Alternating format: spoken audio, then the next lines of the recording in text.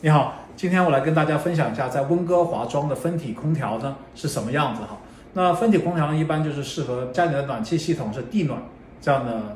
房子来安装啊。它安装到室内呢，它会有一个像这样的一个头啊，这样的一个分体机，这个是它的室内机。它是室内机，它就会往外面吹冷风。在这个室外呢，我们要放一台这样的机器在室外哈，这个就是分体空调的室外机。室外机跟室内机之间呢是用这个铜管哈，它是有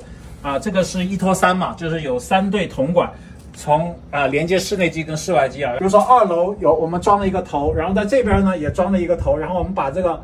铜管呢汇总，然后接到这台机上，然后外面这个壳。这个铜管这个边上，我们就可以用这种罩子把它罩起来，看起来就是比较美观一下。然后这里呢，这个是一个电线，我们还要从我们的电表呢，直接拉一根专用的供电线呢，到这个开关盒这里。